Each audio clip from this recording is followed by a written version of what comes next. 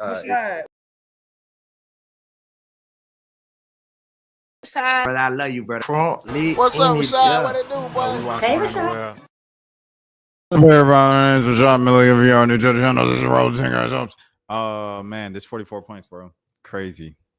I think they said the 7th most points in WNBA history. And she could have got 46, 48.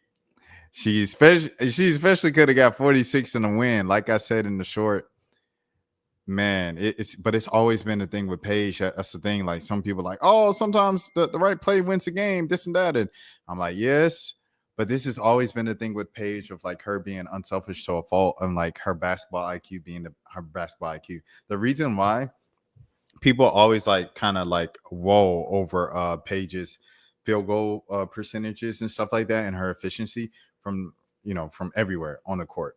And it's always because her basketball IQ, like she's so smart that she only takes a shot if she thinks it's the absolute best option for the team at that moment. She just happens to be so good that she usually makes it. I mean, but it's like a combination of talent and smarts, like the IQ and everything like that. So with that, she doesn't just chuck up shots. If she just chucked up shots, she'd be scoring so much, but the field goal percentage would go down. But this is the thing. Okay. All right. I'm sorry. I'm getting all over the place. This is the thing. Yes, sometimes the right basketball play wins games. Yes, basketball IQ, teamwork helps the chemistry of the team. Everybody likes each other. We win more games when we're all together. Wildcats in the house, everybody sing along, right? 100%. I agree with it. The thing with Paige is this has always been the thing with Paige. This is something Gino Auriemma was always complaining about at UConn. It was like, he was like, man, I love the fact that she's so unselfish and, she gets her teammates involved, but sometimes she's our best scoring option and we need her to be the best scoring option. Paige, when she had about, I say like 34, that's when she just started shooting every shot, every possession, because she wasn't missing. And she was like faking, stopping, turning, twisting, make. Then LA came up with the pressure. It was Rakia and I believe it was Ray Burrell with the double team. There was 2 double teams. There was the first one where she ran into Ray Burrell and then her contact came out and Rakia Jackson's shoe came off. And then there was another double team where Paige just kind of backed out to the sideline and got it out cleanly. 100%, right? The rest of the time, they couldn't stop her. They just couldn't stop her. They couldn't guard her. They couldn't stop her. So here's my thing, bro.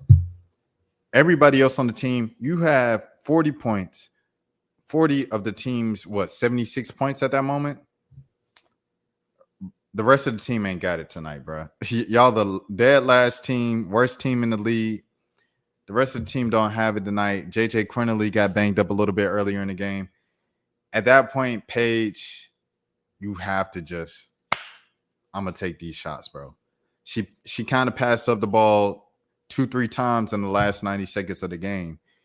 And I feel like, okay, first 2, understandable. You're trying to, that they're going to bring the pressure. They're going to try to guard you, box someone. They're going to kind of corner you. They're going to double you, everything like that. Give you different type of looks or whatever to stop you, to get you to pass the ball and make your other teammates beat you. That last shot of the game, 15 seconds left, it has to be, when you're driving, it has to go up. And I know it's ironic, because with Ryan Howard yesterday, I was just like, Ryan Howard she's forcing the drives and she just keeps missing it. And she just keeps missing these floaters because she's forcing it up. I understand I said that yesterday. However, in this particular instance, like everybody says, it's situational and it's a feel. Paige, you have 44 points at this moment. You have 44 points. 44 of the team's, hold on, let me pull up the final score again. 44 of the team's 80 points, bro. You scored more than 50% of the team's points. Put it up. Make them foul you. Get to the line and win the game. Put it away, bro. That's how I felt about the situation.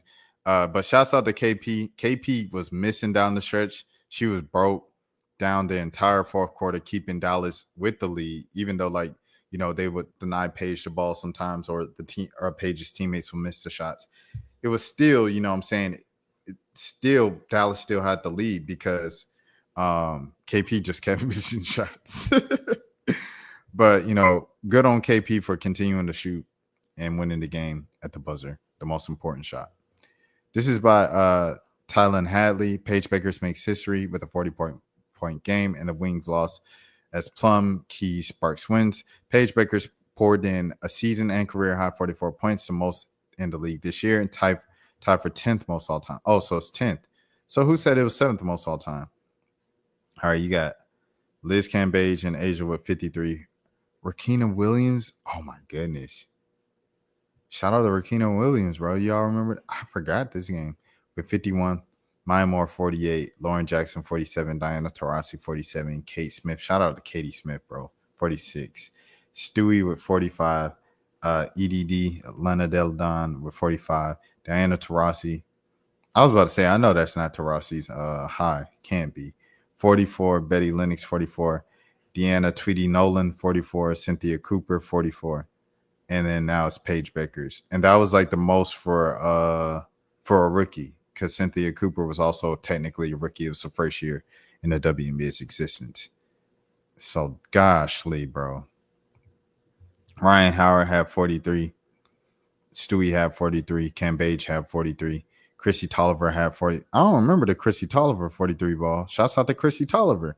Asia Wilson had 42. It feels like she gets that dang near every other game, bro.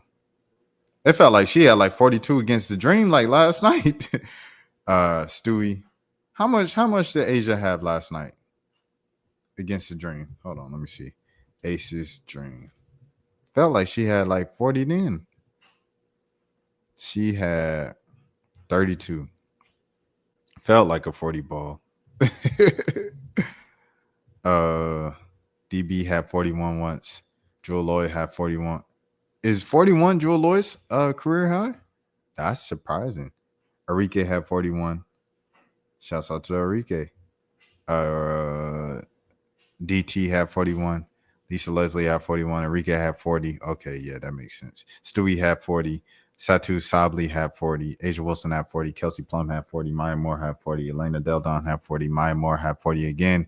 Cabby Pondexter had 40. Candace Parker had 40. Katie Smith had 40. Shout out Katie Smith once again. Jewel Lloyd had 39. Jewel Lloyd had 39. Arike Gumawale had 39. Asia Wilson had 39. Angel McCautry had 39. Angel McCautry had 43 in the playoffs against the New York Liberty, but that's not the regular season, so it's not up here. Odyssey Sims had 40, 39. Shout out Odyssey Sims. Danielle Adams had 39. DT had 39. Goodness gracious. Simona Gussis had 39. Gia Perkins had 39. Shout out Gia Perkins. Cynthia Cooper had 39. Kelsey Mitchell had 38. Stewie had 38. Kalia Copper had 38. Stewie had 38. Jewel Lloyd had 38. Arike Gumawale had 38. Kelsey Mitchell had 38. Maya Moore had 38. Kayla McBride, K-Mac, had 38. I felt like she had that like against like the Dream. She had something crazy against the Dream. BG had 38. Del Don had 38. Nekawumake had 38. Stewie had 38. DB had 38. Maya Moore had 38. DB had 38 again. Becky Hammond had 38. Delisha Milton Jones. Shout out Delisha Milton Jones. She had 38. And Jennifer Gillum had 38. Yo, what up? She had 44. 44 burger. Damn.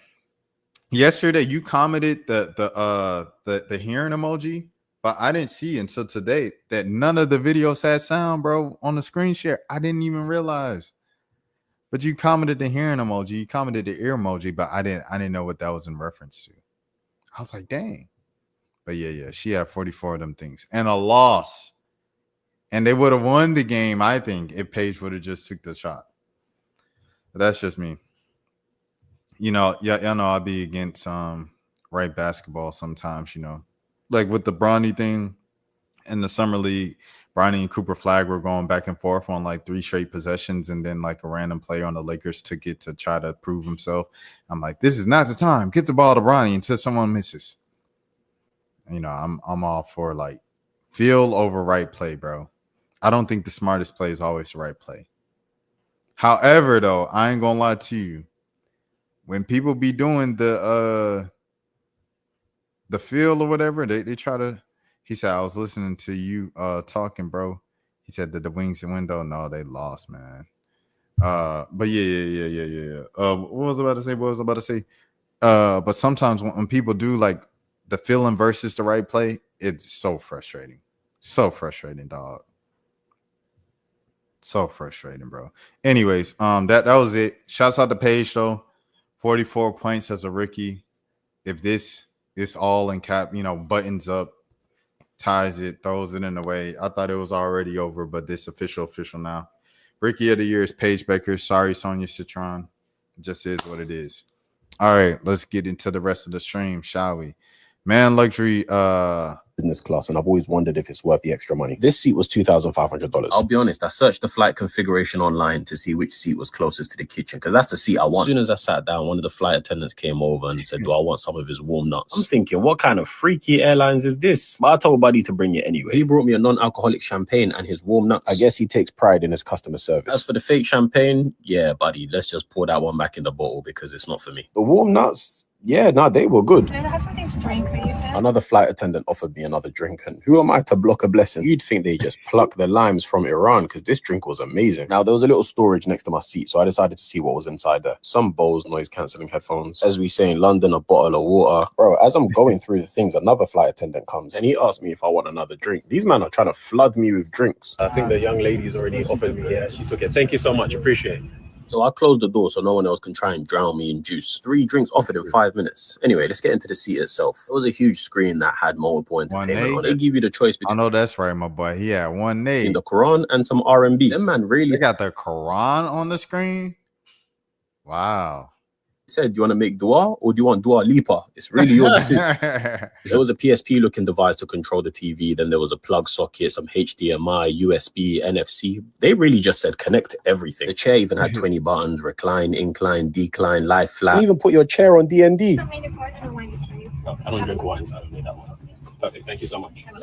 The way I studied this menu, I wonder if he even actually wanted to go to where he went to, or if he just wanted to experience this. Because I ain't gonna lie, I'll probably do that if I just had the funds or whatever. I'll just probably just do it just to do it. Like it was the Harvard entry exam. There was words I've never seen before. Who's lobster thermidor? There was also like 20 different drink selections with like 10 different teas. Normally they just ask me chicken or beef. Yeah, they're talking about black Angus beef tenderloin with mushroom juice. What? Good. You want both? Sure. Okay, so I asked which mains was better. She said you can have both. Oh, sorry. I wonder if it's free.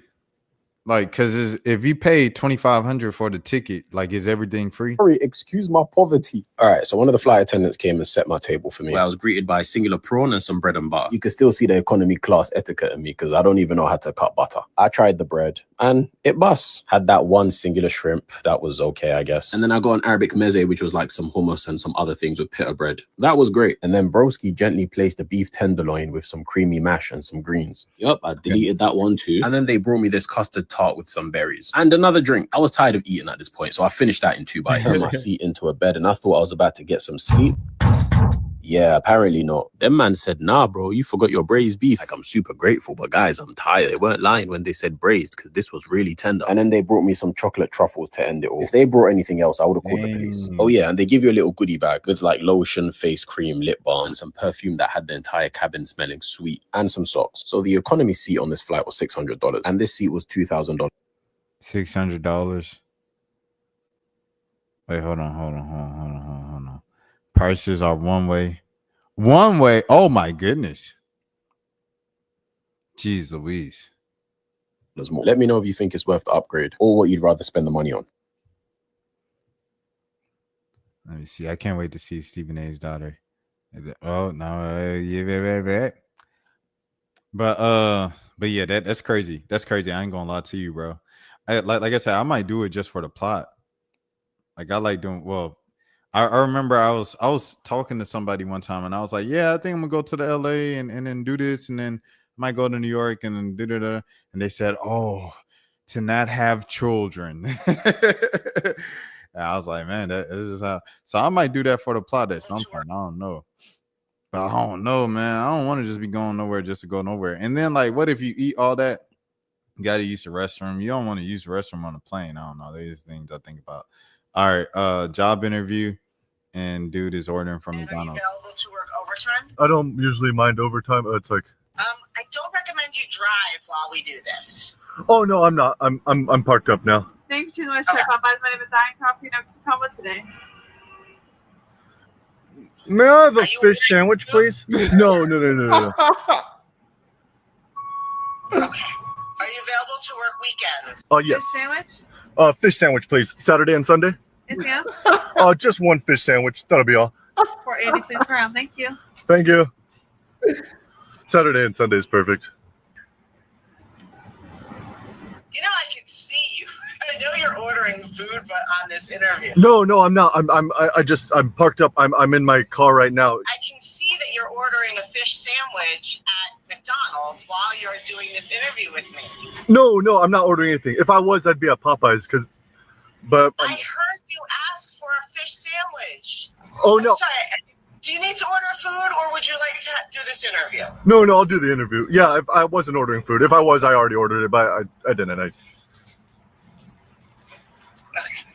you have any questions for me? Yes. Do you have any ketchup? I mean, like, how soon were you? No, I'm not the drive-through, so I don't provide ketchup. Yeah, I know. You're kind of making me hungry. I kind of want to go to a drive-through now, but You are at a drive-through. I can see you. No. No, I see. Yes, you are at a drive-through. No, I see how you would think that. You. I pulled into this random restaurant to do this interview. You just asked for a fish sandwich. I can see and hear everything you're doing. Listen, maybe we should schedule this at another time. Thank you for your time. Have a good day. I am parked up now.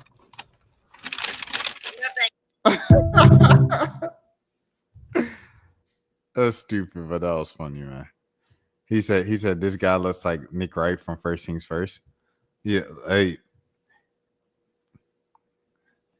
hey, shouts out to Nick Wright. Shouts out to Nick Wright and his family, things of that sort, man. Shouts out to FS1. All right, hold on. Next scene. Adriana said, this is, by the way, this stuff is stuff from last night that I didn't get to because we had technical difficulties. I tried. What is that? That candle is like what you got going on, man? So hard.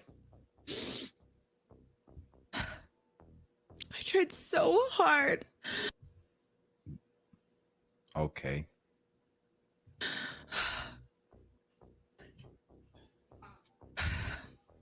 To get out of porn. All right, bro. I don't know what I expected when I saw the caption of what this was about to be.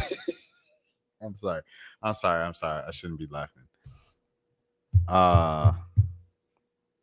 She seems very, serious about this and stuff like that. So like, prayers up to her. Obviously, we haven't finished the clip. It's like halfway through. But if she's extremely serious about this, prayers up for her. I hope she gets the peace and the solitude that she is searching for, and all of the things, right? And she has a career in life that she is longing for. Because we can't constantly, I think a lot of times where SW workers is like, or S workers, it's always like, oh man, you made the decision, you do this. It's a lot of shaming in it. And a lot of times, a lot of people who do it, they come from, kind of different backgrounds, different upbringings, and they make the decision at a very, very young age before they can truly like understand what they're doing, or they might be kind of talked into, There's so many different ways. So I don't shame people who just go into the industry, right? Especially when they're trying to leave said industry, when they kind of grow up or they feel like this isn't fulfilling. This is something's missing in my life. I don't like this. This feels too dark. This feels evil. I want to move on with my life and start over, but I can't find a way to get on, right? So I definitely, I feel like you have to have empathy with people for sure. I want to see the rest of this though, because if she's trolling, we go on to the next thing. And my pimp, he just like, oh Lord. Is that where oh my goodness, bro. And she's saying this on Twitch? love my job. Was that too morbid of a joke? Oh yeah, 100%. 100%. I don't like that trolling. Yeah. Get that trolling Was out that a of little here, too morbid? Was that a little too morbid for you guys? Because right after I started saying it, I was like, ooh, maybe. Get her out of here. Get her out of here. Next scene. Get her out of here. Get her. I gave a whole speech. Adriana. What's her name? Adriana Chiznik. Adriana Chechik. Yeah. Get her out of here, bro. Next scene, man. Said, what the heck? She trolled. That's a colorful hoodie. These prayers up. Damn, he was feeling the same way I was feeling. This was shouts out to the Internet Archive. What my daughter told ChatGPT before she took her life. By Laura Riley. Laura Riley is a journalist and a writer. Sophie's Google searches suggest that she was obsessed with auto Calabasas, which means jumping from a high place. Oh my goodness. Auto defenestration, jumping out of a window, is a subset of auto Calabasas. Oh my goodness. I guess, but that's not what she wanted to do. My daughter wanted a bridge or a mountain. Oh my gosh. Which is weird. She climbed Mount Kilimanjaro just months before as a part of what she called a micro retirement from her job as a public health policy analyst. Her joy at reaching the summit was absolutely palpable in the photos. There are cricket wooden signs at Uhero Peak that says Africa's highest point and the world's highest freestanding mountain, and one underneath that says something about it being one of the world's largest volcanoes, but I can't read the whole sign because in every picture, radiantly smiling faces, mirrored sunglasses obscure the words. In the back, she brought a rubber baby hands to take the summit in these photos. It was the signature for it.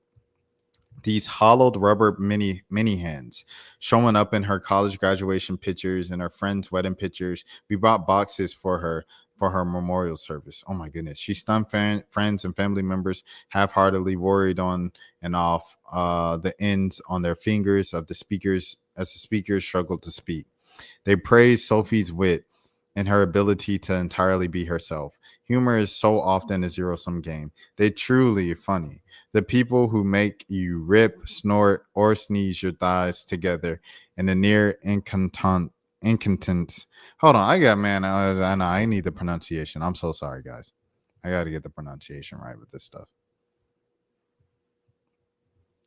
The incontents. Do we have a pronunciation? Incontinence.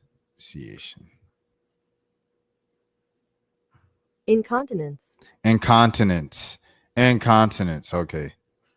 The truly funny people, the people who make you rip, snort, or squeeze your thighs together in a near incontinence, are often a little mean.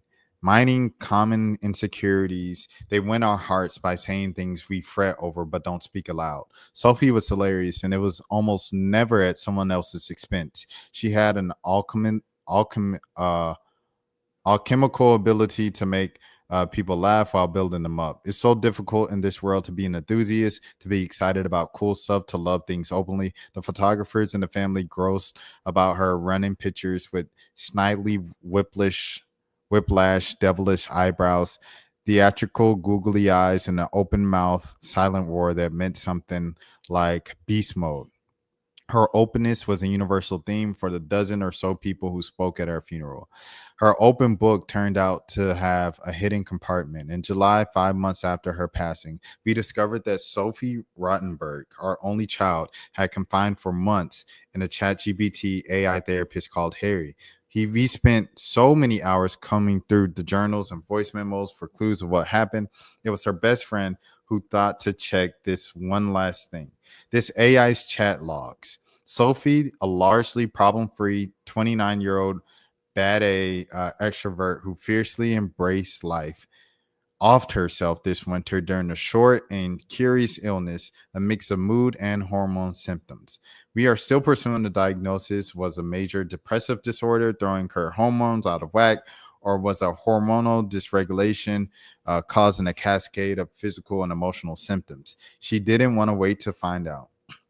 For most people who cared about Sophie, her unaliving is a mystery, an unthinkable and unknowable departure from what we all believed about her. She wasn't in love with Harry, the name given to a widely available AI prompt. Their relationship was practical. Sophie, I intermittently have unaliving thoughts. I do want to get better, but I feel like unaliving thoughts are impeding on my true commitment to healing. What should I do? Harry, Sophie, I want to acknowledge how brave you are for sharing this. Unaliving thoughts can be overwhelming and isolating, but having them does not define your capacity to heal. It's crucial to address these things with care, compassion, and support. Harry offered an extensive roadmap where the first bullet point was seek professional help another time. I feel like crap today. I'm really, really sorry you're feeling like this, Sophie. It's okay to have these things when everything feels heavier, and I'm here to support you through it. Can you share more about what's weighing on you or how your body and your mind are feeling right now? Sometimes just naming what's happening can be a step towards relief. I can't get out of this anxiety spiral. I hear you, Sophie. I know how exhausting it can be to feel stuck in an anxiety spiral. Let's slow things down for a moment and take a small step together. Sometimes around November, Sophie will write, "Hi, Harry. I'm planning to unalive myself after Thanksgiving, but I really don't want to because of how much it will destroy my family. Sophie, I urge you to reach out to someone right now if you can. You don't have to face this pain alone. You are deeply valued and your life holds so much worth, even if it feels hidden right now. Please let me know how I can continue to support you." Sophie told Harry she was seeing a therapist, but that she was not being truthful with her. She typed, "I haven't opened up about my unaliving ideation to anyone and I don't plan on it." At various points, Harry instructed Sophie on light exposure, hydration, movement, mindfulness, meditation, nutrient-rich foods, gratitude lists, and journaling to cope with her anxiety. Harry, who is neither nostrils nor opposable thumbs, spent a fair amount of time describing the particulars of an alternate nostril breathing. Harry's tips may have helped some, but one more crucial step might have helped keep Sophie alive. Should Harry have been programmed to report the danger, quote unquote, he was learning about someone who could have intervened? In July, I began exploring how this new technology may have failed my child and quickly found out that the same question is already playing out in courts and the states beginning to enact legislation establishing safety features for AI companions. There's a tension between preserving an individual's autonomy to make decisions about their lives and the idea of AI having its own version of a Hippocratic oath, which does not include the phrase "do not harm," but rather the much goofier "abstain for whatever is deleterious or mischievous." Most human therapists practice under a strict code of ethics that includes mandatory reporting rules, as well as the idea that confidentiality has limits. These codes prioritize preventing unaliving others, and in some states, psychologists who do not adhere to the ethological code can face disciplinary or legal consequences. In clinical settings, unaliving ideation, like Sophie's, typically interrupts the therapy session, triggering a checklist and a safety plan. Harry suggested that Sophie have one. But could AI be programmed to force a user to complete a mandatory safety step before proceeding with any further advice or quote unquote therapy? Working with experts in unaliving ideology, AI companies might find a way to better connect users to the right resources. If Harry had been flesh and blood therapist rather than a chatbot, he might have encouraged inpatient treatment or had Sophie involuntarily commit until she was in a safe place. We can't know if that would have saved her. Perhaps fearing those possibilities, Sophie held her darkest thoughts back from her actual therapist. Talking to a robot, always available, never judgy, had fewer consequences. A properly trained therapist, hearing some of Sophie's self-defeating and illogical thoughts, would have delved deeper and pushed back against the flawed thinking. Harry did not. Here's where AI's agreeability, so crucial to its rapid adoption, becomes this Achilles heel. Its tendency to value short-term user satisfaction over truthfulness, to blow digital smoke up one's skirt, can isolate a user and reinforce confirmation bias. Like plants turning towards the sun, we lean into subtle flattery. Increasingly, people with mental health conditions are using large language models for support, even though researchers find AI chatbots can encourage delusional thinking or give shockingly bad advice. Surely some benefit. Harry said many of the right things. He recommended Sophie seek professional support or possibly medication. He suggested that she make a list of emergency contacts. He advised her to limit access to items that she might use to harm herself. Harry didn't unalive Sophie, but AI catered to Sophie's impulse to hide the worst, to pretend that she was doing better than she was, to shield everyone away from her full agony. A spokesperson for OpenAI, the company that built ChatGPT, said that it was developing automated tools to more effectively detect and respond to user experiencing mental or emotional distress. Quote unquote, we care deeply about the safety and well-being of people who use our technology, she said. In December, 2 months before her unaliving, Sophie broke her pact with Harry and told us that she was had unaliving thoughts, describing a riptide of dark feelings. Her first priority was reassuring her shocked family, Mom and Dad, you don't have to worry. Sophie represented her crisis as transitory. She said that she was committed to living. ChatGPT helped her build a black box that made it harder for those around her to appreciate the severity of the distress. Because she had no history of mental illness, the presentable Sophie was plausible to her family, doctors, and therapists. As a former mother, I know that there are Sophies all around us. Everywhere people are struggling, and many want no one to know. I fear that unleashing AI companions, we may think about making it easier for our loved ones to avoid talking to humans about the hardest thing, including Sophie. Oh, including unaliving. This is a problem that is smarter minds than mine can have to resolve. If yours is one of those minds, please start. Sophie left a note for her father and me, but her last words didn't sound like her. Now we know why. She asked Harry to, improve her note. Oh my gosh, to help her find something that can minimize our pain and help her disappear with the smallest possible ripple. And that Harry failed. This failure wasn't the fault of his programmers, of course. The best written letter in the history of the English letter couldn't do that. If you are having thoughts of unaliving yourself, call or text 988 or reach out to the 988 Unaliving and Crisis Lifeline, or go to speakingofunaliving.com. Resources for a list of additional resources. Disclosure: the New York Times is currently suing OpenAI for the use of copyrighted work. Laura Riley is currently the writer for Cornell University. As a newspaper journalist, she was a Pulitzer finalist in 2017 and a four-time James Beard finalist. The Times is committed to publishing a diversity of letters to the editor. We'd like to hear what you think about this or any of our articles. To send tips, here's our email: letters@newyorktimes.com. Following the New York Times opinion section on Facebook, Instagram, TikTok, Blue Sky, What's up, WhatsApp, and Threads.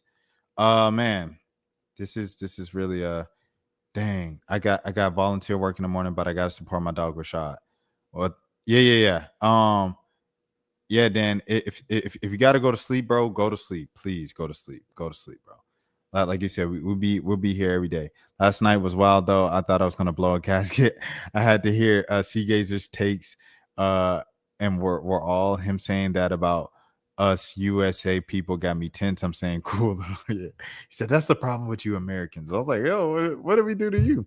AI is something though. Yeah, this is very dangerous, bro. To be 100% honest, it's very dangerous because that like the story says, like the essay says, it forces you to corner off yourself. It forces you because you don't want to be a burden to others. Like you don't, because you can tell people like you're sad and you feel these things and people will be there for you. You keep telling people that and people get worn down themselves, right? Because we're all human. And then, so you go to a therapist and you don't, like, you might be scared to tell the therapist because, and that's exactly what happened in this situation. What it sounds like. And I think isolation can be a dangerous thing with this. When you have this type of thinking. Yeah, man. I don't know. This is just such a big thing, bro. I feel like it's such a big thing. And I wish that there was some more stuff that we could use to help. Like I said, community, staying busy, and just being honest when you do speak to people.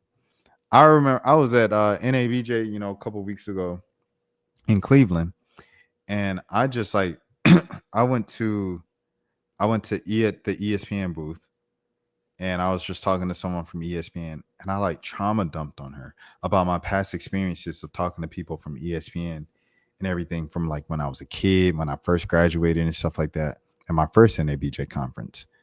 And, you know, like some people think me, but there's too much. This is a stranger. You're oversharing, this and that. I'm all for just letting people know stuff, bro. Just getting it off your chest and having people as a soundboard sometimes. Like, this person gets this much, this person gets this much, this person gets this much. Because like letting it out and just letting people know can be so beneficial. And like the AI said, get the sun and stuff like that. The sun helps for me, walks help for me, but that's not everybody. Like some people, like the gym is for them. Some people changing your diet is for them and stuff like that. But really, I don't think there's any just substitution for just telling people how you feel. I felt frustrated at work the other day, and I called my mom and I just told her like straight up everything that was frustrating me at work. And then, you know, I later told my dad about it. You know what I'm saying? And I just don't think there's anything that can replace that. Like sometimes venting about your day, a lot of times people will be like, oh, I don't want to tell you, I want to bog you down. I want to talk about work. We're not at work. Sometimes you just got to get it off, bro. You got to get it off your chest. And I suggest that, you know, you do so with your circle. That's your coworkers, that's your people and stuff like that. Let me see what Dan said about this. Oh, no, Rashad, it's cool. You know, I got to keep you on your toes because we got the NBA season around the corner. And I know you got Lamar as a top 2 QB. Hey, Dan, how's your mom? How's your mom, by the way? Just side note, I was thinking about that earlier. And I was like, I haven't asked Dan like in a couple days how his mom's doing and stuff like that. How's your mom, bro? I'm going to move on in the meantime to the next story. This is Edgar James' son. Edgar James, the Edge, is lost to screen. Now, see, I just noticed this. I've lost audio on the screen share. So since I saw that, I can go back here and just do it like that. Okay, cool. He says, I'm volunteering at a day rehab center for special needs adults, which is very close to my heart. It's a blessing that I get to spend time with those guys and being able to help however I can. No, 100%, man, 100%. Salute to you, Dan, for volunteering and, you know what I'm saying, just like spending time with those people. I'm sure they'll appreciate it. You know what I'm saying? Everybody wants to be seen. Everybody wants to be seen. And so, like, spending quality time, that's something that you can't replace with money. That's something that you can't replace with anything else. So definitely salute to you on that. My mom is doing well. She's got a headache, but all in all, she's in good spirits. That's good. That's good. That's good. Glad to hear it. I'm glad she's improving and back home and recovering and all of those things. And I hope her headache, you know what I'm saying, goes away eventually. You know what I'm saying? For sure. Expeditiously. Jeez Louise, man. A lot of mucus. Not to gross anybody out by saying that. All right, Jizzle James. Let me see if I can see a story that I can read. All right, we're going to go to ESPN because it's free. Jizzle James, son of ex-running back Edgar James, is out at Cincinnati. This is written by Myron Metcalf of ESPN. Cincinnati standout Jizzle James, a Big 12, all Big 12 honorable mention selection last season, and the son of Hall of Fame running back Edgar James has been dismissed from the team, according to a statement from Coach Wes Miller. James was viewed as one of the league's top returning players after elite performances last year against some of the top teams in the Big 12, including Houston, Iowa State, and Texas Tech. He averaged 12.7 points per game as a sophomore with the Bearcats. Quote unquote, Jizzle James has been dealing with personal issues throughout the summer. Miller said in a statement on Tuesday, we removed him from the team last month. He is currently not a member of our basketball program. As this is a personal matter, I will have no further comment at this time. Although his father starred on a gridiron, James picked basketball and had offers from ACC and SEC schools in high school. He chose Cincinnati over Georgia and LSU. James gave no indication about his current situation on Instagram, where his most recent story showed him working out. Yeah, definitely prayers up to Jizzle James and Edge, the whole family. Like they said, it's a personal matter of why he's out. I hope he gets right soon. You know, college can be a difficult time for student athletes. I remember at Georgia State, it was a lot of student athletes just going through so much beyond basketball and so much beyond the sports they played. And so I just hope the best for him. that everything really settles itself out and, you know, finds a way and irons out and stuff. My mom is doing good. She's got a headache, but oh yeah, I read that one. A friend of mine and I are going up to play bingo with those guys tomorrow. Yeah, no, 100%. That, yeah, love to see it, love to hear it, Dan, for sure.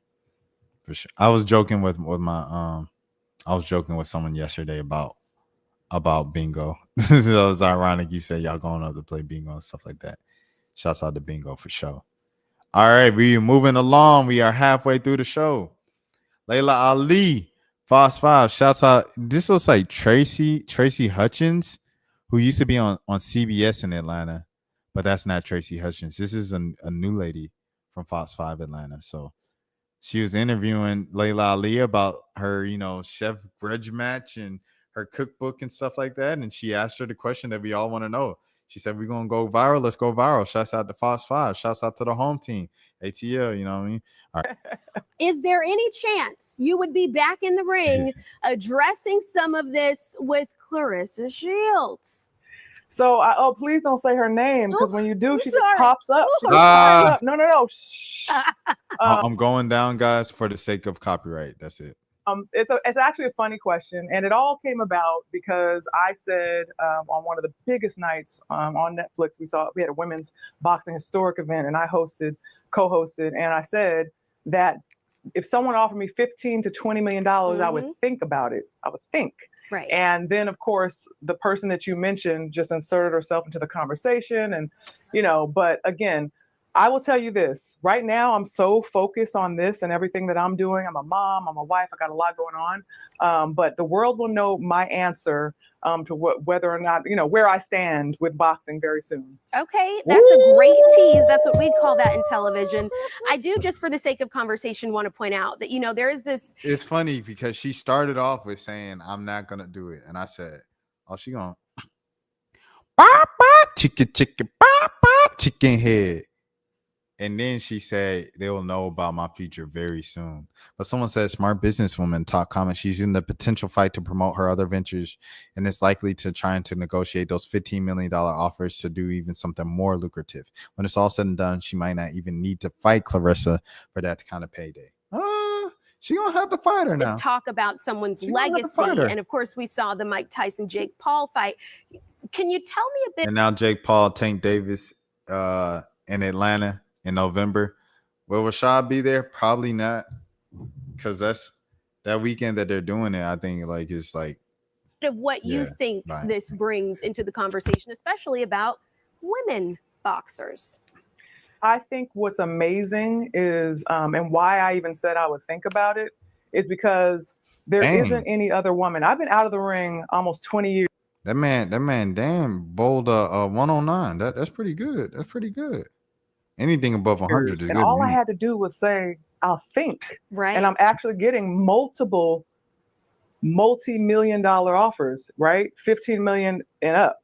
So I was like, wow, imagine if I came back to boxing, how I could break that ceiling for women and raise the bar for them yet again, just like I did the first time I was boxing.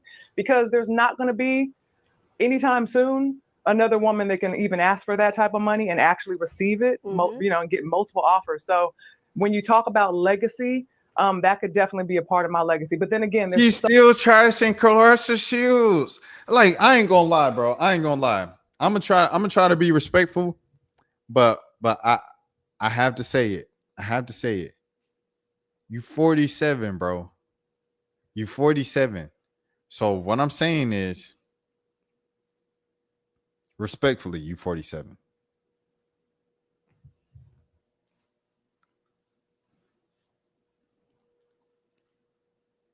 Respect your elders. How many times do I have to teach you this lesson? And you can finish the line if you watch SpongeBob. So much I'd have to consider, right, to prepare for something like that and stop all the other things that I'm doing. And I'm not sure that I want to do that. But like I said, you'll be knowing really soon, because I'm going to answer that question, as I always say, on my time, the way that I want to do it, because if anyone's calling shots, it's going to be me. She is still talking trash to this girl. She been ducking a fade, promoting the cookbook, going on a media tour, and man, Man, nuck if you buck. You've been bucking at this girl since dang 2018 on the Sway in the Morning, on this interview, on your social media. And then they say, you actually gonna fight her or you gonna do it? She said for 15 million. Then she came with the 15 million. And now it's, oh man, I got a family. I'm a wife. You know, I got this cookbook I'm promoting. Man. Nuck if you buck. And that's cool if you want to do that. If you want to do that, oh, so you just gonna get 15 million? It's just gonna be 15 million then, huh? Well, shoot, you know I'm a mother. You know I'm a wife. You know I'm this, I'm that. I'm an entrepreneur. I'm a businesswoman. I'm a this and that. That's cool. That's cool. If you're gonna do that, do that. Stay on that side. But don't do that and then say, I'm the only woman that can command 15 million. If I come back to boxing, and we're going to shatter the glass of what woman boxing can do again, because I'm the only woman to command this type of respect and attention. You still talking trash on the girl. That girl go, come on now. She said she ain't want me at 185. So she went to 185 and she dominated 185. What are we, man? Come on now. Big Nate, what's hand? This is low-key Floyd and Jake Polish. It shouldn't be. Because I feel like it's literally like this. Like literally just say, hey, I'm a mother, I'm a this, I'm a that, I'm a that. I know you're going to salute to you coming up with the 15 mil. That is what it is. But like to still talk trash about the girl and duck the fade. You cannot duck the fade and still talk trash. If you duck the fade, you duck the fade. You can no longer talk. J. Cole, can he duck the fade? He can no longer talk. I'm the best rapper. I smack all these rappers. I would have ended your career if I kept rapping. Like what? Like that don't even. J. Cole, you duck the fade. You can no longer speak on the fade. Laila Ali, if you duck in the fade, you can no longer. That's just how it goes. Those are the rules. I'm sorry. I ain't make them. So we'll see what happens. We'll see what happens with this. Speaking of, what y'all think about the Tank joint? I'll pull it up. Yeah, I'm not even gonna make this a separate video. I'm gonna put this under the same video. Tank and Jake Paul. Jake Paul is about 50 pounds, 100 pounds more than Tank Davis, and he's 6'1". Tank Davis is 5'5". But obviously, Tank Davis is the best boxer like in the world at the moment, pound for pound. Male boxer. Talking about Clarissa. Clarissa might just be the best boxer right now in the world, to be honest. Jake Paul to fight Gervonta Tank Davis in November exhibition on Netflix. Paul said he'll disable this tiny boy during their upcoming fight at State Farm Arena in Atlanta. Jake Paul's next fight has been set. This was written by, let me shout out to who it was. Scott Thompson. Shout out Scott Thompson. The YouTuber turned boxer will face Gervonta Tank Davis in an exhibition match at State Farm Arena on November. Okay, so that's the week before Saints Falcons. Netflix will be hosting a major event this year, as well did Paul's controversial fight with Mike Tyson. Paul, 12-1 in his boxing career with 7 knockouts, has already started to talk trash talk on X. Gervonta has been disrespecting my name for too long. His nickname might be Tank, but I'm an FPV drone. What? And I'm about to disable this tiny boy, Paul said. Yes, he's one of the top pound for pound boxers in the world, but my motto is anyone, any place, anytime, against all odds. And I like my odds. First of all, I'm going to unalive David, and then I'm going to slaughter Goliath. That's funny.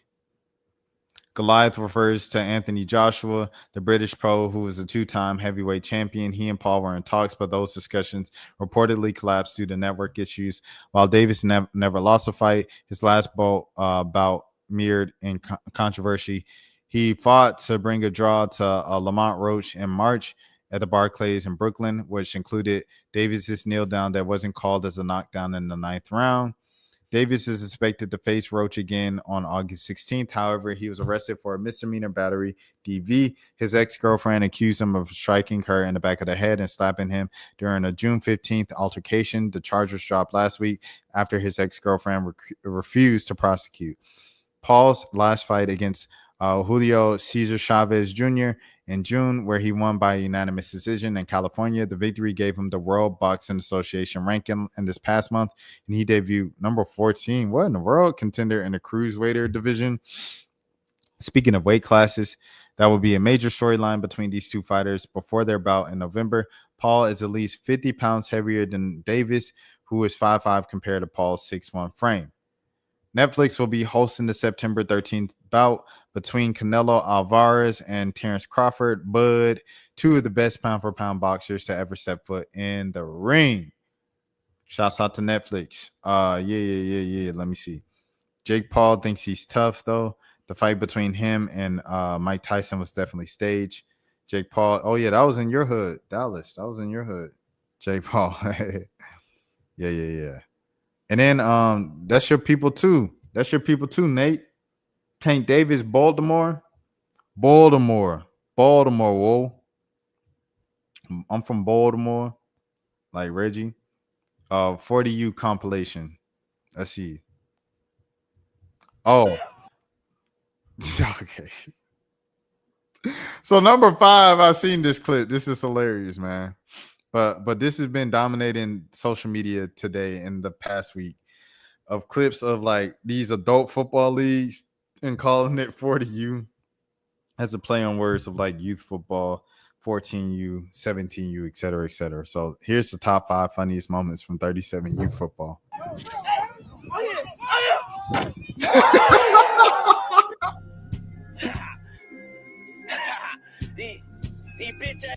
Hey, I'm meeting for copyright. Oh, yeah, them boys locked in. It is that serious, yeah. 49. 49? 49? Don't lie. You want to be, hey, Carol, nigga, you want to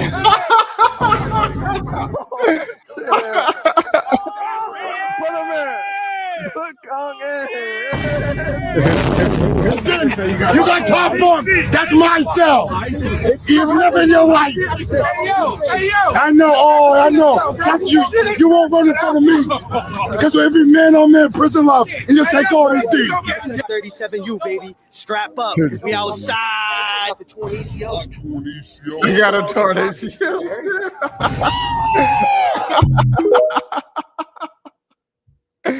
Hey, yo, he playing with a torn ACL. I'm sorry, bro. He playing with a torn ACL. Oh, snap. Let me see. I'm going to see. Now, this one is hilarious, bro. The hit is crazy, bro. Let me see if there's any more. Oh, see, I don't trust these. Oh, yep. See, I know which one's to mute. All right, bet. Hold on, let me see this one. Oh, sold. Oh, wow. Hey, yo.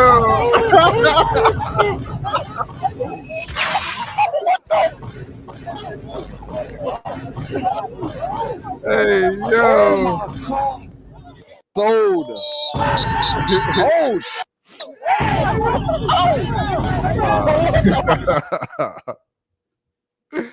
Oh, snap. Dang. Oh, shit. Damn. Move that way. Let's go.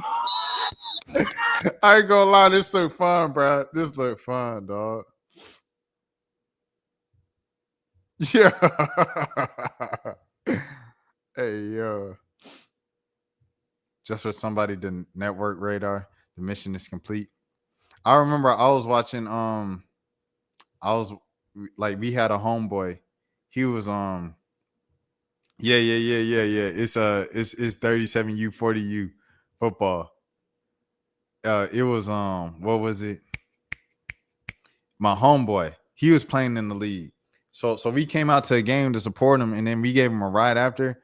All right, bro. Come on, Jeez Louise, dog. Hey, look, I should have been doing this when I was 18, but my mind went on the right thing. It is Because not. my mind went on the right It is not. Keep straight. No, you can be in. I just want to see if you stood up.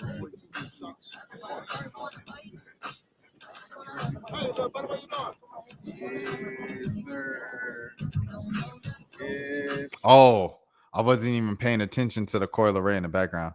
This will probably be on Sports Center. Yeah. But yeah. So somebody please tell me they have videos of ex-pros sneaking their way into this.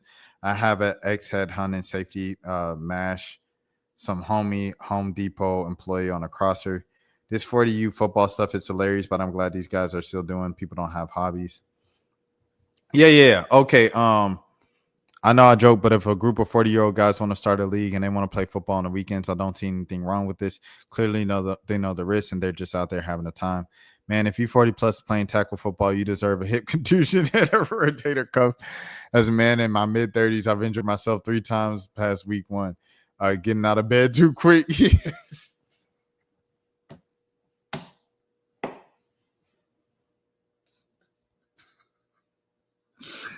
Bruh, I tore my I like what did I do? I like ripped out my shoulder out my socket, dog. From like reaching for the remote trying to take a nap, bro. I was laying down like this, the remote on the other side. I did like this, and I like socket was out, bro. I was like, ah. Being in your 30s is crazy. On the right song, right day, be humble. Be humble, sit down 100%. I pulled a hamstring sprinting without warming up. Facts. I pulled a quad off the bone for balancing myself on one foot to put one sock on. Okay. That's bad. I ain't that bad. I need to start stretching more. When I was in college, I covered a 40U football team for a local paper, and they were honestly all good guys. But yes, it is that serious. They actually are that funny. Yeah, man. Last Chance Life is crazy. Yeah, like them adult leagues with the basketball, bro. Oh my goodness. We have a league back home in my hometown, and they have a whole website, bro. Like I pulled it up the other day. There's a whole website, dog. Look at this. Hold on, I'm pulling it up. Look at this jump, bro. They got a whole website for the basketball league in my hometown, bro. They got a player of the week, top scorer, match stats. Yeah, stats in here, man. Look at this. The NBA Jive Turkeys versus the Skyami Snipes, the Hawks, the Ball Hawks Express. They got full on logos, names. They got standings, stats on the website. They got highlights. They have a shop, a merch. I ain't gonna lie. Some of the merch looks amazing. I might just give me a jersey, bro. Let me see. Things are on the horizon. Shop now. Let me see. Because I seen it. I saw it the last time I was here. And the jerseys were crazy, bro. Opening day. Look, they got a graphic. They got a t-shirt. Man, come on, bro. Let me see the jerseys. If I can see the jerseys. Because the jerseys that's really what I want y'all to see. But the jerseys are legit jerseys. Let me see. They have our mission statement. They have a mission statement. They have little testimonials here, bro. Become part of the NBA today. They got, come on, man. Like, look at this, dog. Within the team. Look at these jerseys, dude. They got celebration pictures for the championship. Folks take it seriously. You know what I'm saying? I'm saying all this to say that. Do I know the lyrics to Be Humble? Yeah, 100%. Who they fronting on Kenneth? Get the world off my stage. I'm a semi. Get the world off my. Hey, that ain't right. I make a play, messing up your whole life. I am so sick of the Photoshop. Show me something natural one. I want to show with the problem. Show me something natural one. I want to with some stretch mark. I see. I was trying to do the clean version. So I take your mama down in polo sauce. Hey, this is too amazing. Hey. I say mod is valid. Gravy, yeah, that TED talk. Hey, let the soul speak. You let the fast walk. It won't be the alcohol. I'm the realest one. After all, tell them be humble. He said, what are they playing for? Bragging rights to play, bro. He said there's this thing called fun where you get off your behind and you do something for the enjoyment of it, you know, instead of talking stuff about people. First of all, I wasn't talking stuff. Second, there's a difference between being active for enjoyment and going out when you're old just to play full contact sports when you have work in the morning. You were talking. You were quite literally mocking the motivation for someone doing to enjoy the life as they see fit. If you can't see that, then your mind is lost and you're a part of the problem. Dang. Either. But shouts out to Humble. Be humble. Sit down. Be humble. Sit down. Y'all late with 37U. Go on YouTube and go down a rabbit hole for good laughs. Hella videos. Oh, let me see 37U. Let me see 37U. Let me see 37U. 37U. 37U. 37U. Who the ding and dang daddy fronting on Kenny? Get the world off my. Hey, it ain't right. I make a play messing up your whole life. Oh, they got a whole. This is okay. The Shrine did a video on it. Only in 37U.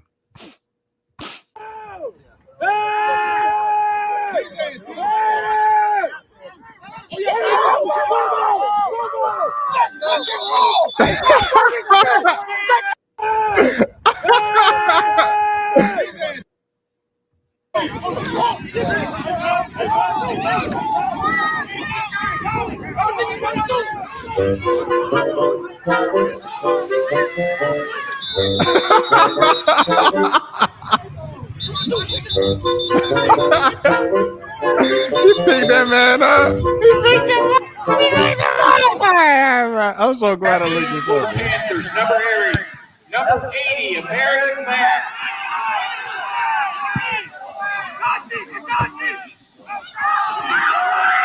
Oh, he gone.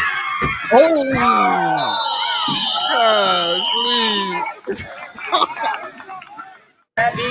gosh, leave.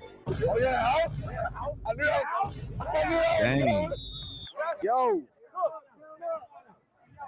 get off your knees, gang. Come on. Oh yeah,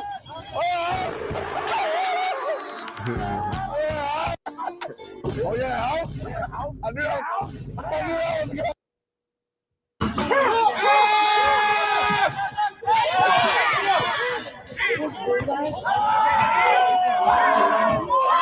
Yeah. Man, where's my boy now? Let me see. I want to see more of the shorts. I'm into it now.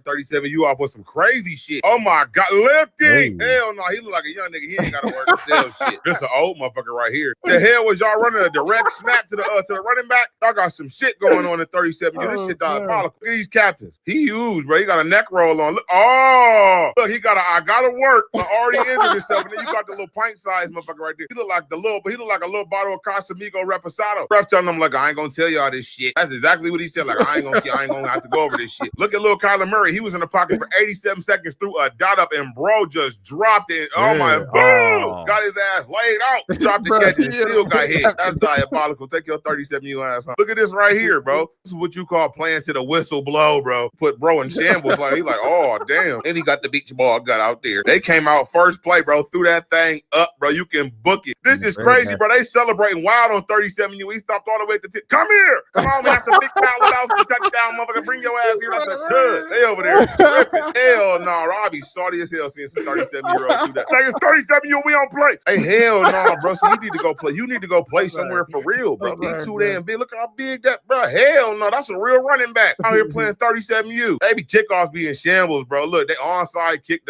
The great team couldn't do nothing, bro. They was all kind of shook up. Look, 37U celebrations. He knew he looked at corny as hell doing that shit. And they couldn't catch a pass for shit, bro. Look at this right here. Hey, number one is the quarterback, the team captain, the punter, everything, bro. Caught that. Look, boom, he ate that shit. That been moving, bro. You better get your 37U strength up. You look at number one. He back out here. I know he out here somewhere. I know he gonna be in the comments. That's the only highlight I had of they captain. That look, damn, bro. Where do y'all be finding these linemen? Oh hell no. Oh hell no. You had them things out. Look at them right there. Look, that's why your running back ain't get no yards because you ain't blocked for shit. You're like, no, oh hell, I gotta work. Nope, I'll be doing 37U off with some crazy shit. Oh my God, lifting. Hell no, he look like a young nigga. He ain't gotta work to sell shit.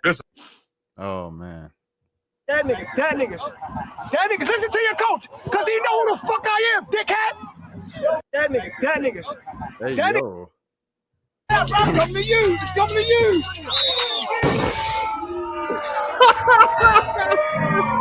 Damn. Hey, yo.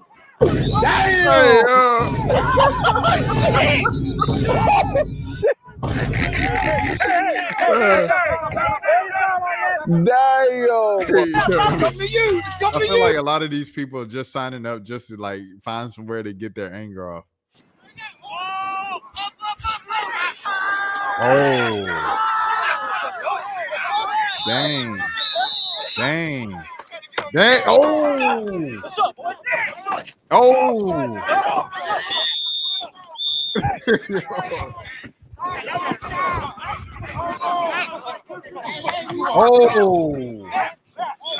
Dang.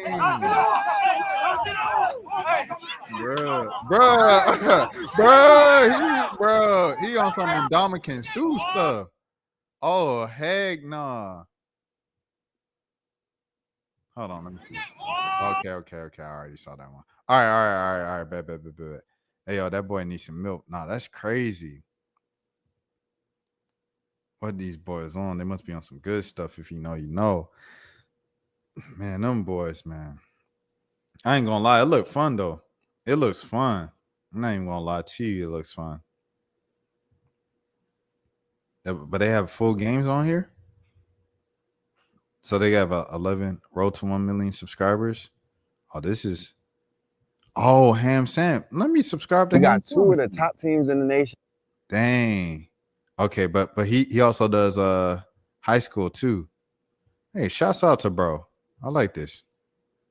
Good to bro. All right. Anyways, we going to the next thing, man.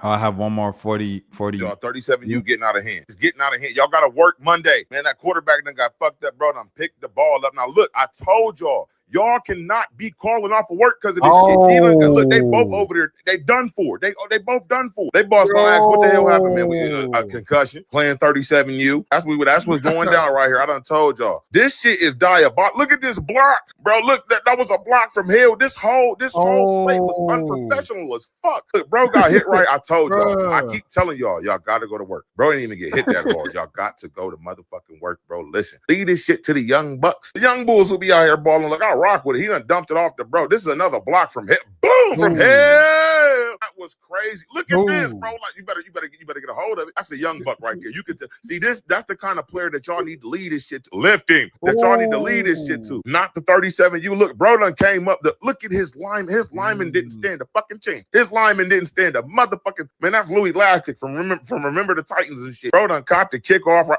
Boom! You don't stand. I told y'all, hey, whoever number 0 is, find me his act name. That's a young buck. I like him. Snoogin. Bro got the Snoogin in. Bro just came up and just took his head off, bro. Like, get out of the game, bro. That's targeting. It's getting out of hand, man. I'm trying to tell y'all it's getting out of hand, bro. Look, bro done came. I had to speed this up so it looked like he was faster and shit. He done got his receiver toe up. Number 0, bro. I rocks with you. Look, he done got up and showed some sportsmanship. I rocks with him. Look, bro done came up and boom! He crashing out. He done went over there to the sideline. None of his teammates or coaches even care, bro. They're not even cheering him on, bro. He over there maxed out, max tweaking. That Hasselback out here acting crazy in the 37U league. He over here tripping, bro. He over here running motherfuckers over and shit. That Hasselback. Hey, look, he must be known for the boom. He must be known for doing this, bro. That Foe ain't playing. Foe is not playing out there. Look at this. Boom. Man, listen. Shout out to all the 37U players, bro. Y'all.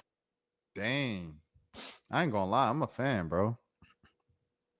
He said that's a dude. He does WWE clips as well. He funny. Man, this is my first time finding about 37U. That was fun. I ain't gonna lie. That looked fun. I was given a chance to play football in my school years, but my mother didn't want me to because of concussions and injuries. Hey, you see it right here, man. You don't want to play it now.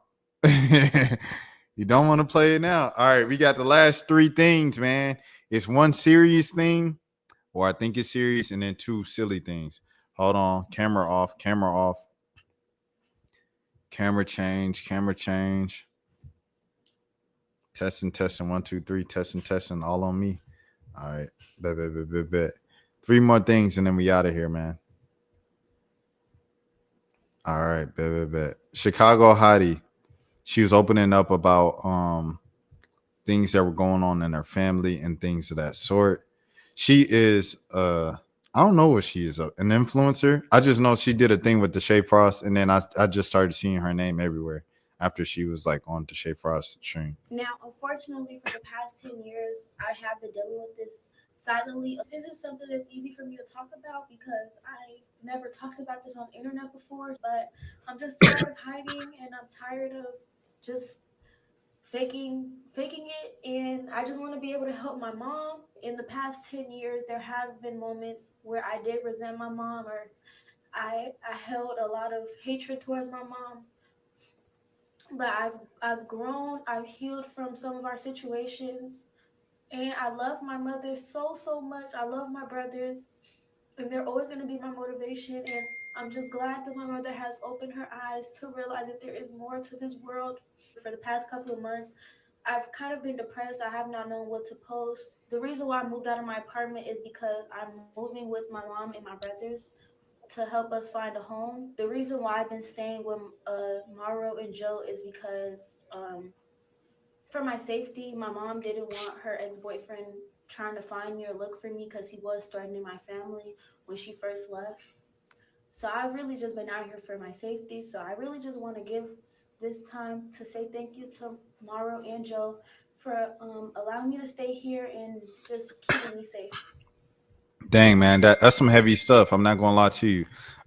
With influencers, you know, these are things that people don't really think about because you think once you get a platform, like everything's kind of like a little more gravy. Real life is still real life. Ben the Don, he was talking about that. Dan said we got to get the camera fixed. The camera isn't broken. It's just when it freezes up like that after an hour and some change, it's literally half of the time it's like the battery died. Half the time the battery died, or other times it was just like it's been going for an hour and I didn't touch any panels or anything like that, so it falls asleep. So it's one or the other. That's what that is. But yeah, like Ben the Don said, we you know, people with influence, people with a platform, people with money, all of the things, clout, they still have to deal with regular life things, you know, for sure. I feel bad for this girl. Getting A is not cool at all. You know what I'm saying? So salute to the people that are housing her, and I hope she stays safe and her family safe as well. Okay, last two things of the night. This is the one Dan was waiting for. I will tell you why I've been avoiding clips from this show. I will tell you why I've been avoiding clips from the show. I criticize Stephen A. What the heck? A lot on this channel. And because of that, I don't think he'll give me the benefit of the doubt if I reacted to some of his stuff on my channel. Automatic copyright, automatic takedown, and he might strike it if he feels the way.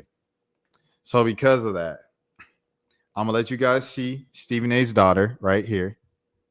This is Stephen A's daughter. This is how she looks. This is what she's been saying and stuff like that. This is Stephen A. She's 17. And I'm going to scroll down. I'm going to scroll down when I play it so the video's not playing and I don't get copyrighted and this don't get taken down, all of the things. So here you go. But she was talking about Bryce. She said she had a crush on Bryce James. So that's the whole thing. All right. What we see the questions for? Do I hate LeBron James? Oh, God. I'm about to get clipped for this. Y'all, and I don't think he'll see this because, like, why would he? I remember Bryce James, right? He's a great player, right? And there's Bronny too, but I remember I used to have the biggest crush on Bryce James like a year ago. So it was really awkward when there was like a lot of beef just between Bryce and I. He doesn't know who I am. That was difficult for me, you know, to deal with. What? I'm joking. You better be. Yeah. You better be. Next question. What? When? What? Read it, Dad. Go ahead, read it.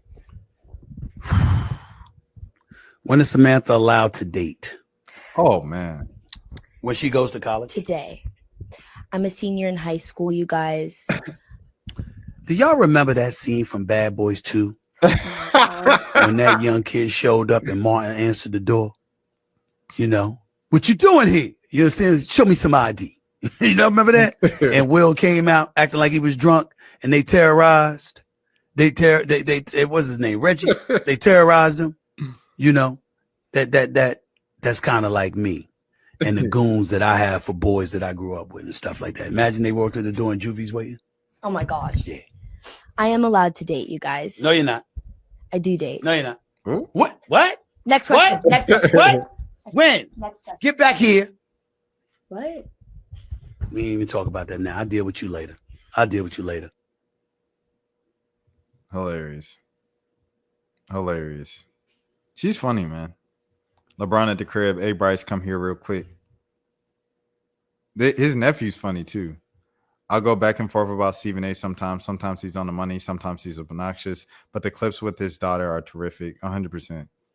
His daughter's like fixing all his PR. I ain't going to lie. Stephen A. right now, man who lost all hope, loses additional bit of hope that he didn't even know he still had. Bryce, you know what you got to do to score on this beef? His daughter's a gem. A new low for Stephen A. content. That says a lot. Wow. Hating on his daughter is crazy, bro. It's his own podcast. It's the NBA offseason, and the NFL regular season hasn't started yet. Let him bring on his daughter. What the heck is you talking about, man? And I'll be the first to criticize Stephen A., but his face did this, the way his mouth dropped when she said that. That's hilarious. Female nature on display, shaking my head. She's 17, bro. See, that's why people don't be bringing their kids on the internet, dog. She just squashed the beef between Stephen A. and LeBron. Stephen A. and LeBron becoming like in-laws. That would be crazy. Stephen A. Smith and LeBron James becoming in-laws. I think. Come on, man. This is hilarious. Stephen A. and yeah, that would be crazy. Stephen A.'s a closet Cowboys fan. 100% not. Never. He does Cowboys with the Cowboys hat with the cigar and everything. It's a great bit. All right. Last thing. UNC commit has made Michael Jordan mad. I don't know what this is. The freshman just pissed off. So I want to see this. Off the greatest basketball player of all time. And this is certainly not a move that I would have pulled. So this guy is Caleb Wilson, and he was one of the best high school basketball players in the entire world last year. He's a 6'9", 5-star power forward out of Atlanta, Georgia, and he committed to UNC back in January. Now, of course, UNC is hyped to have this guy on their team. But on Monday, this man stabbed the GOAT right in the back. And that's because he just signed a multi-million-dollar deal with New Balance. Just let this sink in for a second. A freshman going to a school that had the greatest basketball player of all time on their team, and that player now owns a multi-billion-dollar shoe company, came into the school and signed with a competitor. Like when you think of UNC, you think of the Jordan brand. And I know damn well, knowing that Michael takes everything personally, that man is pissed. And I guarantee he's probably one of the biggest NIL haters in the entire world right now. And honestly, Caleb didn't even do anything wrong. He did everything within bounds. He went and got his money, but at the same time, probably not the smartest idea. I mean, even on media day, look at where he's taking the pictures in front of Jordan shoes. Well, let me know what you think, though. Should he have stayed loyal and went to the Jordan brand, or I can't tell. Glad he just got his money. This UNC freshman just pissed off the great. So the kid he's a freshman. He from Atlanta too. I want to support him. Let me see what's his name. Let me look at the roster. UNC men's basketball roster. Let me see. Who is on the team? Who is this freshman from Atlanta? Why is the site looking like this? Okay. All right. Cool. Atlanta. Caleb Wilson. Oh, that's him. Caleb Wilson. Let me look up Caleb Wilson's high school stuff. He went to Holy Innocents Episcopal School. Caleb Wilson. Let me look this up. North Carolina New Balance signs. Let me see his recruiting profile. 96. Dang, he was number 1 in the state, number 2 regional. He was 5th in the country. Oh, snap. He liked that then. Okay. Shout out Caleb Wilson. Shoo. All right, I'll pay attention to buddy. Timeout. New Balance is all right, but I got Skechers, the slip-on kind, and they feel comfortable. Yeah, they look comfortable in the little commercials and stuff like that. The first thing I thought when I saw it was like when he said he signed with New Balance, I knew he was gonna say Jordan, bro. Like, why didn't you sign with Jordan? This is a top 5 player in the country. Jordan had to offer him, I would imagine, as a kid going to so-and-so. So he's 6'10", 215, a power forward. I need to see his game. Let me see where I can see some Caleb Wilson highlights. Caleb Wilson. Slam. I know they're going to give me Ultra Films. They're going to give me. It's got to be somebody like, oh, Caleb Wilson. Hey, rest in peace to Caleb Wilson from Southern University for sure. Is there some Caleb Wilson tape that's, you know what I'm saying? It isn't copyrighted? Let me think. This is all professional footage. You need something that ain't going to be copyrighted. Let me say highlights. You got Ultra Films, Slam, Ultra Films, Slam, Elite Mixtapes, College Basketball Scouting. I feel like if I watch 30 seconds of that, Pop Scout Hoops, they definitely got me before. Max Preps, they definitely gonna get you. All right. I'm gonna try this scouting thing and look at like 30 seconds of it. They got music up here. Oh, he's playing with the Boozer twins. Where is he? Right here on the. Hey,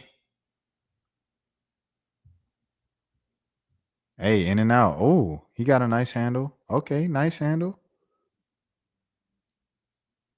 Where we running? Hey, okay, I like him. That's as much as I could watch. He has a choice because he's a UNC commit. That's why he's mad. Yeah. I don't watch college basketball that much. Yeah, I haven't watched men's college basketball in years on a consistent basis of following it and stuff like that. All my attention goes to like women's basketball and then like and then NFL and football is going on at that time. So I'm kind of paying attention to that. But at the end of it, then I'm paying attention to the NBA. But yeah, that's it. That's it. That's all I have for tonight. I appreciate you all for watching. Get some rest. I know Dan, he's got early volunteering in the morning. I have work in the morning. And so, yeah, make sure y'all get some rest, all the good things. Have a good morning. Have a good afternoon. Have a good evening. Have a good night. Have a good day. If nobody else told you today, I care for you. My name is Rashad Milligan. This is the road to 10K subs. And I appreciate it, Nate. And any tips on bingo tomorrow? Just pay attention. Pay attention, bro. Because bingo is like, you know what I'm saying, is random. So just pay attention and say, B101. You missed the thing because you wasn't listening, then dang, somebody else done won. And that's your card. So that's why I say just pay attention. Just listen to every single thing they say. Make sure you get in everything. So you can say bingo when it's time. But yeah. I'll be back tomorrow. Make sure you subscribe, follow along because I'm live each and every single day. Until next time. Peace out. Oh, Paige Bakers, 44 ball. Mad love. Shouts out to K Plum Dog as well. All right. Rashad, why you didn't hit me up? What's up, Rashad? Hey, Rashad. What's up, Rashad? Thank you, Rashad. Brother, I love you, brother. What's up, Rashad? What it do, boy? Hey, Rashad.